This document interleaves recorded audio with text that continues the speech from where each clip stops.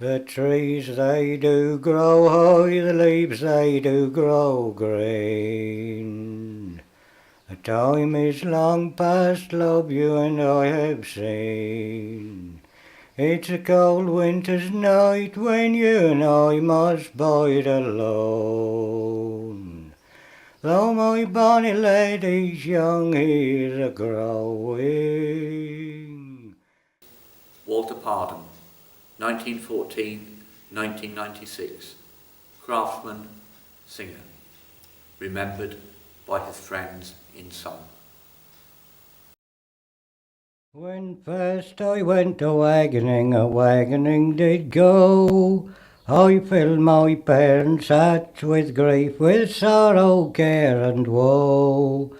And many are the hardships that I have since gone through. Sing woe, my lads, sing woe. Drive on, my lads, I-O. Who wouldn't lead a life like we jolly wagoners do? Walter William Pardon lived all his life in the red brick farm workers' cottage where he was born on the 4th of March 1914 in the village of Knapton, Norfolk.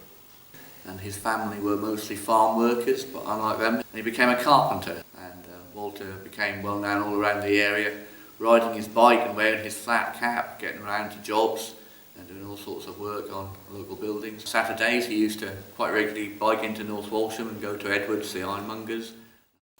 I think that must have been about 1955 in that area when I first met him. When I worked in the Edmonds ironmongers in North Walsham on the market in the marketplace, and he was a carpenter for Frank Gray Builders, and he used to come in regular almost every Saturday for something he wanted. He's a very, very particular man. I mean, right was right. He's that sort of chap who would measure twice and cut once, you know. My Uncle Bob Gino once sung Jones's Isle on the Bob. That was his song, and Bob said no one else would sing it. No good asking him. No one else would sing Marlborough General's All on it, but that was his song. No one else would sing Born a Bunch of Roses on it, Tom. That was Tom's song. If you asked one of the others, they'd know. That's Tom's song, Bob's, but no, they never sing each other's songs. They'd sing them perhaps if they weren't there, but not in their presence. I used to mostly sing, if there was anything to sing, I sung anything what no one else wanted to sing. And that was mainly the Dark Eyed Side, and no one wanted to sing that, so I was all right, that is so. My name is Pauline Godbold. I originally came from Suffolk with my husband, and we moved to Norfolk sort of, 60 years ago now, I think. And anyway, we knew Peter Bellamy well, and I think it was at a Walsham fair that he said to us, you know, I've just heard about this old singer, he said, from my school teacher when I was in Fakenham at the art school, I think. And he said he's got a lot of old songs. It's all the pretty ploughboy stood gazing on his plough, and his horses stood underneath the shade. 'Twas down in yonder meadows he was standing by his plough, when by chance he spied a pretty maid. When by chance they spied a pretty maid. I first met Walter in the 70s at the Orchard Gardens Folk Club. I knew of him and just generally talked to him a bit there and then. And then, unbeknownst to me, we bought an old barn next door to where he lived and spent the next 5 years doing it up with Walter's assistance at time to time. And he used to come in every day for a cup of tea and chew the fat, that sort of thing, and did so till the week before he died. I remember Walter had this green barred gate, and I used to sing one of Sam Larner's songs called The Green Gate, and Walter would always be asking me to sing that song because it was a bit risque, I suppose, and I think that because he'd got this green barred gate, that he sort of visualised himself in the sailor's position, and I mean, he did have some good stories to tell in his time. His memory was phenomenal, virtually right up to the end. He could tell you the names of all the people who lived in the houses in the street in Napton from about 1810, and he knew all who they were, who the children were, where they'd gone to. It's just absolutely amazing. There was another guy who lived up the top of the road called Henry Wild, who was quite famous locally for other reasons. And when, if you got the two of them together, they could tell you the history back to about 1500. It was incredible because they could bounce one person off another, and they had this amazing repertoire.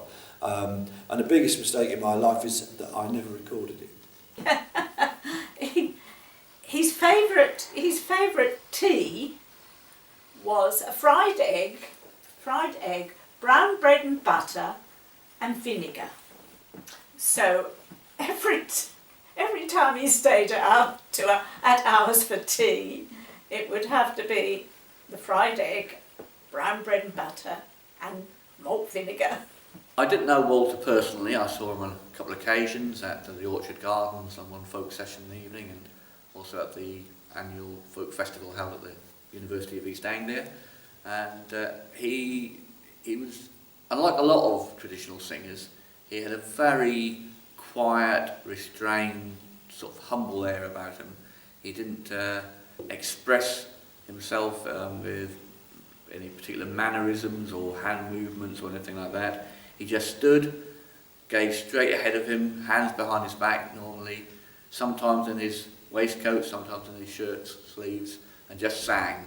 And his singing style was not a very decorated one. He just concentrated on the words, and I think that added a lot to the intensity and the value and the strength of the material that he was singing.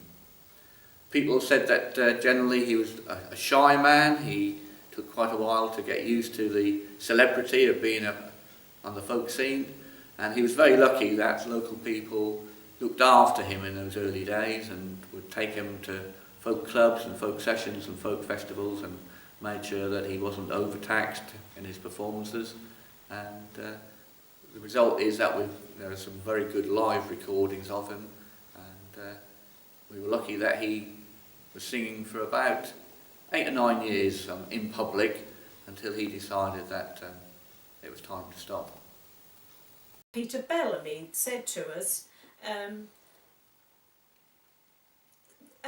one of my old teachers, who is a nephew of Walter's and called Roger Dixon, sort of told us that Walter had got lots of songs, and which of course we were all interested in. Well, it's all a little complicated. His mother and my grandmother were sisters, so that made Walter and my father cousins, and I suppose that means I'm second cousin. Walter realised that when he was very old and when he died, then all the songs that he knew that that had been handed on from villagey, they would all die with him. And I mean, I knew one or two of them, but everybody else from that group of people had all died. And so I said to Walter, why didn't he put them on tape? Walter had an old-fashioned reel-to-reel tape recorder, and why didn't he put them on tape? And I would take them to Peter Bellamy. And by that time, Peter was living in Norwich, and he went wild when he heard the tape, because there were songs which had never ever been recorded by, people like Vaughan Williams or Cecil Sharp, who went around in the early 20th century collecting songs. They'd never been recorded. Some were variants of songs that were known, And so Peter wanted to come and see Walter, but Peter was blonde-haired with a rather wispy beard, and, well, I don't know if he wore a caftan, but he was that type of bloke, and I thought to myself, how on earth will he get on with Walter? Walter was a down-to-earth, straightforward country man, carpenter by trade, and he called a spade, if not a bloody shovel, you know. And I thought, well, they'll never get on. But in the end, Peter forced my hand by saying, I'm arriving at North Walsham station on the 5-something train, come and pick me up. So we went and picked him up, took him to Walter, and they got on like a house on fire. It was amazing. And both respected each other for what they believed in and what they did and how they did it. I first heard about Walter through a friend of mine, Peter Bellamy, who died, 91. And he just was incredibly excited about this singer, a tape of whom had been sent to him by Roger, who just interviewed. And Peter was ecstatic, and he just played this stuff and he said, is this as exciting as I think it is? And I said, it's at least as exciting as you think it is. It's wonderful because nobody with that size of a repertoire had turned up in England for a very long time. And of course, as we know, Walter had a very, very large repertoire. And the most extraordinary thing about him was that apparently he'd not sung in public for over 30 years. And he kept the songs alive in his head by rehearsing them while he was doing things like the washing up. And he always seemed to have one more verse than anybody else who was around. And the first question was, where on earth did he get that extra verse from? Who the hell knows? But he had this vast repertoire which he was about to share with everybody, and gladly. He's a lovely man. I actually sing, I sing one, which I haven't sung for a long time, and that's a thing called A Ship to Old England Came. Earlier on, I sang two because I'd learned them. The Watersons. I was singing with the Watersons at the time. They were in operation, if you like, and I sang two with the Watersons because we'd learned them all together. One of them was Cock-a-doodle-doo, and the other one was the Charge of the Light Brigade, Battle of Balaclava. And I haven't sang Balaclava. I think I sang a bit of it at the funeral, at Walter's funeral. And Walter had actually handed me the song.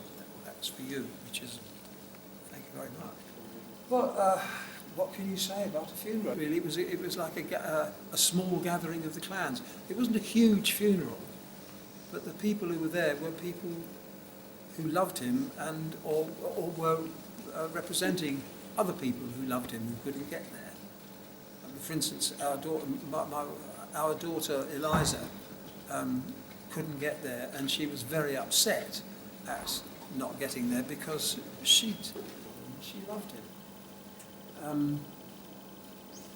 Yes. What struck me later on when I sort of listened more and more to what he did, he had a unique delivery. But the most wonderful thing about Walter was his timing, because singing is all about timing, and his timing was gorgeous. The trees they do grow high, the leaves they do grow green.